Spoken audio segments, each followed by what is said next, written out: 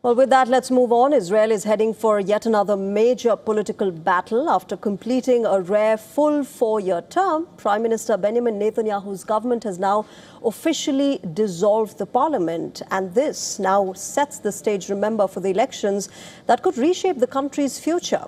With wars abroad, political unrest at home, and falling poll numbers, Prime Minister Netanyahu now faces perhaps his toughest electoral test yet.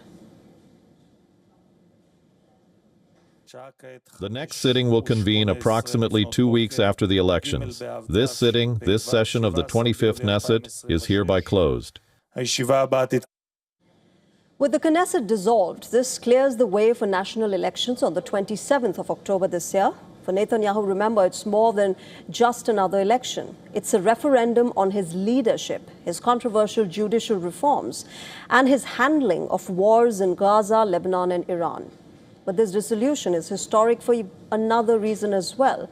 Completing a full 4-year term is a rare occurrence throughout Israeli history. The last time Israel's government fulfilled a full term without breaking for early elections was back in 1988. A rare feat in a country where fragile coalition governments often collapse long before their mandate ends. Before lawmakers headed into recess, Netanyahu's coalition rushed through a marathon legislative session. Among the key measures, a new party funding law that formally unlocks public campaign financing, officially setting the stage for October vote. The coalition also passed the controversial laws expanding government control over broadcast media and approving the legislation shielding many ultra-Orthodox men from mandatory military service moves. Now, these are seen as an attempt to keep Netanyahu's religious allies on board.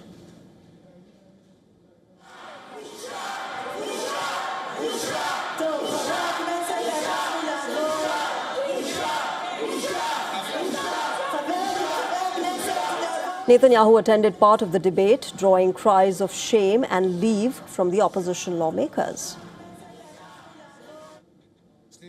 We are completing a 4-year term. We passed 9 budgets and hundreds of bills. I thank you for the trust you placed in me, through which together we succeeded in maintaining a 4-year term.